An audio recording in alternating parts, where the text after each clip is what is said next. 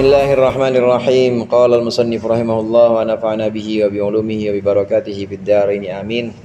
Wa qad ruwiya ma'na dzalika an Rasulillah sallallahu alaihi wasallam annahu qala innama furidat as-salatu wa umira bil haji wa tawafi wa usyirat al-manasiku li iqamati dzikrillah. Dan sungguh telah diriwayatkan makna itu, maksudnya makna mengingat Allah an Rasulillah, dari Rasulullah sallallahu alaihi wasallam, annahu, bahwa sungguhnya, qala innama furidat as-salatu, bahwa sungguhnya berkata Rasulullah, innama furidat as-salatu, sesungguhnya difardukan apa salat, sesungguhnya salat difardukan, wa umira bil haji, haji diperintahkan, wa tawafu dan tawaf, wa usyirat al manasiku, dan juga dilaksanakan manasik-manasik itu dilaksanakan liqamati dzikrillah, untuk melaksanakan zikir Allah atau mengingat Allah. Walidzalika kanat, dan oleh karena itu ada apa qurratu aini habibillah sallallahu alaihi wasallam, ketenangan atau ketenangan hati atau dambaan hatinya Rasulullah sallallahu alaihi wasallam, ala ma sayati al kalamu, atas keterangan yang akan datang, apa al kalamu, penjelasannya, alaihi, atasnya, haitsu ta'arradul mu'allifu, sekiranya menjelaskan siapa pengarang lahu baginya, wa fi ba'dil akhbari, gini, jadi walidzalika kanat qurrata ainin, jadi khabarnya. Oleh karenanya jadilah salat itu sebagai kesukaan atau sebagai kesenangan Nabi Muhammad sallallahu alaihi wasallam. Kita sudah membahas beberapa keutamaan sholat. Pembahasan yang lalu itu, sholat itu pertama kan sholat pembersih hati kita. Tuhratul qulub min adnasid dzunub. Sholat pembersih hati. Kemudian sholat itu pembuka pintu gaib. Yang ketiga, sholat itu adalah tempat kita berbisik atau bermunajat kepada Allah. 4, sholat adalah tempat kita memadu setianya kita kepada Allah. Kemudian yang kelima, salat itu adalah rahasia medan-medan rahasia yang Allah hamparkan kepada Allah, kepada kita dalam salat. Dan yang keenam, salat itu adalah cahaya di atas cahaya yang bersinar untuk orang yang salat. Ini semua bisa terlaksana kalau salat itu salat yang iqamatus shalah, bukan hanya sekedar mujidu suratis sholat, bukan cuma sekedar menghadirkan bentuk sholat. Ada orang yang hanya sekedar sholat, mendemonstrasikan gerakan sholat aja. Kalau mendemonstrasikan mah anak SD juga bisa. Ada praktek sholat ya, pembiasaan namanya. Praktek sholat namanya mendemonstrasikan gerakan sholat, semua bisa orang.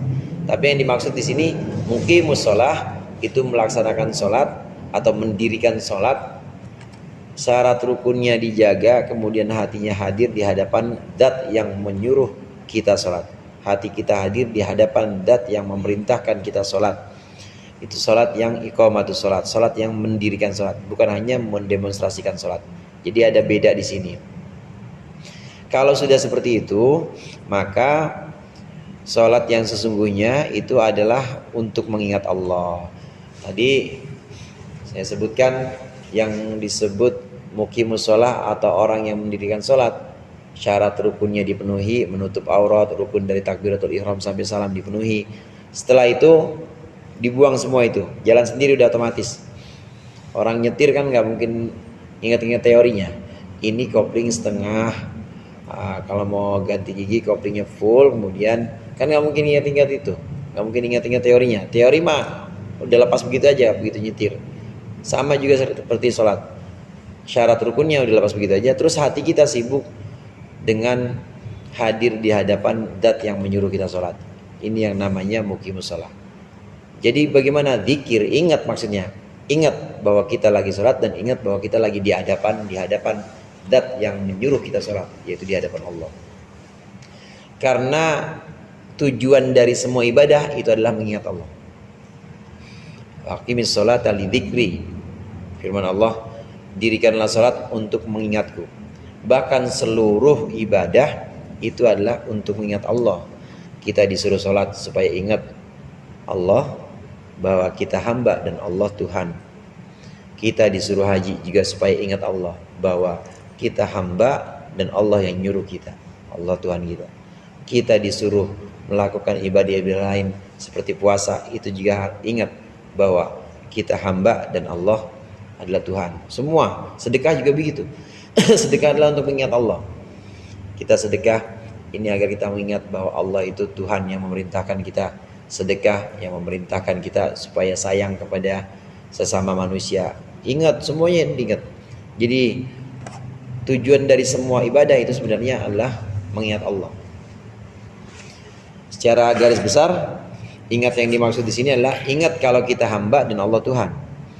Karena diciptakannya kita di sini tujuannya hanyalah untuk ibadah semuanya. Artinya untuk mengingat dan sadar betul kalau kita itu hamba Allah dan Allah itu Tuhan kita yang memerintahkan ibadah-ibadah itu. Wa fi ba'dil akhbari anal 'abda idza qama fi sholati rafa'allahu al-hijaba bainahu wa bainahu. Dan dalam sebagian hadis disebutkan Rasulullah bersabda bahwa sungguhnya seorang hamba ketika dia berdiri dalam salatnya rafa'allahu al-hijaba bainahu wa bainahu, maka Allah mengangkat tirai antara dia dengan Allah. Wa wajahahu biwajhihi, dan Allah menghadapkan orang yang salat itu dengan wajahnya Allah. Wa qamat al malaikatu min ladun mankibaihi ila sama, dan malaikat berdiri dari samping pundaknya sini nih sampai ke langit. Ini malaikat semua berdiri, jadi seperti bikin pagar betis. Yusalluna bi sholatihi, malaikat salat dengan salatnya orang tersebut. Wa yu'minuna ala du'aihi, dan malaikat itu mengaminkan doa yang tersebut. Wa annal musalliya, dan sesungguhnya orang yang salat la yunshiru alaihi albarru. Apa nih yunshiru apa? Ya la yunsharu aja. La yunsharu alaihi albirru. Sungguhnya dihamparkan atas orang yang salat kebaikan-kebaikan min ananis samai, dari cakrawala langit, ila mafroqi ra'sihi, hingga tengah-tengah kepalanya. Wa yunadihi, dan memanggil orang yang salat. Munadin, orang yang memanggil. Ada yang menyebut, ada yang berseru kepada orang yang salat, lau ya'lamul munaji man yunaji man taqala. Apabila orang yang bermunajat, yang berbisik ini, dia tahu siapa yang diajak berbisik, man taqala, maka orang ini tidak akan pindah. Wa nabwabas samai tuftahu lil musalli, dan sesungguhnya pintu-pintu langit itu dibuka untuk orang yang salat. Wa anallaha ta'ala, dan sesungguhnya Allah Ta'ala yubahi malaikatahu, membanggakan, Allah membanggakan kepada malaikat-malaikatnya, membanggakan bisufufil musallina, terhadap saf-saf orang yang salat. Ini dalam satu riwayat hadis Rasulullah mengatakan seperti itu. Kita salat, begitu kita berdiri, kita udah menyebutkan usolli fardul asri misalnya, itu malaikat berdiri mulai dari samping kita. Semua malaikat berdiri, berdirinya menghadapnya sama kayak kita menghadap begini. Dan ini terus sampai ke arsy, sampai ke langit. Salatnya malaikat sama seperti salatnya kita, dan malaikat mengaminkan doa-doa kita dalam salat. Rabbi firli, amin, warhamni, wajburni, warzuqni. Semua doa-doa kita, ya Allah ampunilah aku, tambahlah kekuranganku, berikan aku rizki. Itu dalam doa di antara dua sujud, duduk di antara dua sujud. Itu semua malaikat amin, amin, amin.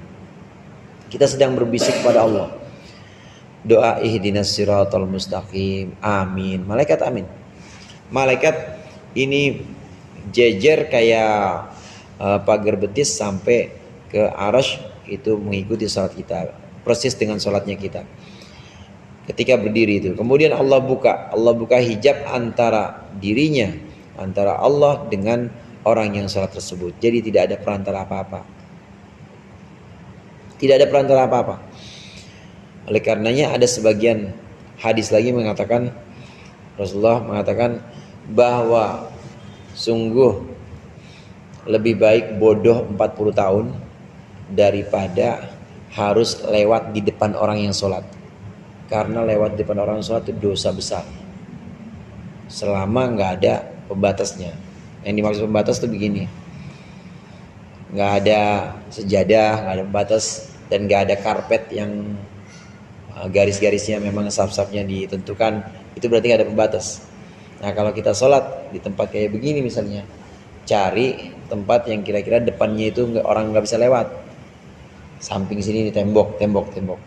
Orang mau ngapain lewat situ? Kalau nggak orang iseng tendang aja. Kayak samping tembok. Kalau nggak samping ini, ya samping tembok atau depan ini, depan tiang. Orang ngapain lewat tiang? Orang udah jelas-jelas itu. Tiang sebagai batasan sholat kita. Sejadah juga bisa. Nah kalau nggak ada, pakai kunci, sapu tangan taruh, itu buat batas kita, bukan buat alas ini jidat, bukan, tapi buat batas kita supaya orang nggak lewat depan kita. Karena itu tadi, karena agungnya pertemuan antara hamba dan Tuhannya dalam sholat, antara hamba dengan Tuhannya, antara hamba dengan Allah, ini sudah langsung, tidak ada perantara. Ketika sholat dibukakan itu pintu-pintu kebaikan untuk hamba, untuk orang yang sholat pada waktu itu.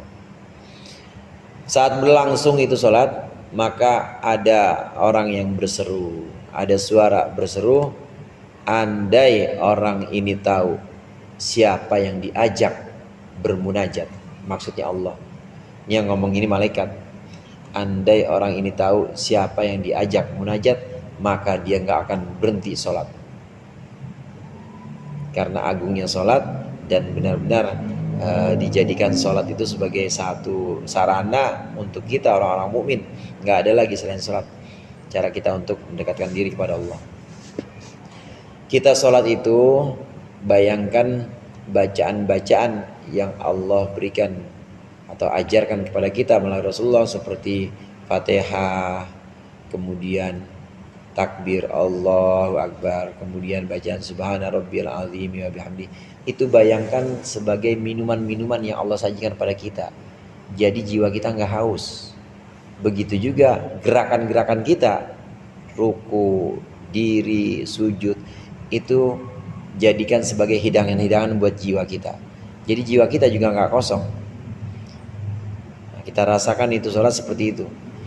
Betapa besarnya dan betapa agungnya sholat, hingga dikatakan seperti ini, malaikat Allah membanggakan orang-orang yang sholat di hadapan malaikat. Tuh lihat tuh malaikat, tuh lihat hambaku tuh di dunia, tuh lihat tuh hambaku di akhirat pada sholat jamaah Isya, tuh lihat tuh di Al-Ikhlas sholat tuh. Allah bangga kepada malaikat. Allah membanggakan kepada para malaikatnya, bangga terhadap orang-orang yang sholat yang di bumi ini, yang ada di bumi. Kalau malaikat mah udah puguh ya Kep. Kenapa malaikat imannya kuat? Ya ngelihat itu langsung, ngelihat Allah langsung, ngelihat neraka langsung, ngelihat sorga langsung. Nah ini anak Jatayu ada yang pernah ngelihat sorga? Nggak pernah. Neraka nggak pernah. Tapi kok demen banget sholat gitu. Ngelihat Allah boro-boro, tapi kok masih tetap sholat, makanya Allah bangga. Ini orang nggak pernah ngelihat aku, tapi kok terus. Ini orang nggak pernah ngelihat sorga, tapi kok kayaknya bener-bener pengen ke surga. Ini orang nggak pernah ngeliat neraka, tapi kayaknya bener-bener takut sama neraka. Itu yang membuat Allah bangga, dan ini dipamerkan kepada para malaikatnya. Tuh lihat tuh orang-orang di kampung sawah pada sholat. Allah membanggakan itu kepada para malaikat.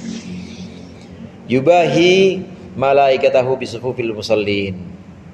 Ini keutamaan para sholat. Para musallin, orang-orang yang sholat, tentunya yang dimaksud adalah orang-orang yang muqimus sholat, orang-orang yang mendirikan sholat. Wa fit Taurati yabna Adam la tu'jiz an taquma baina yaday musalliyan bakiyan. Wa fit Taurati wallahu a'lam bishawab. Mudah-mudahan bermanfaat. Wassalamualaikum warahmatullahi wabarakatuh.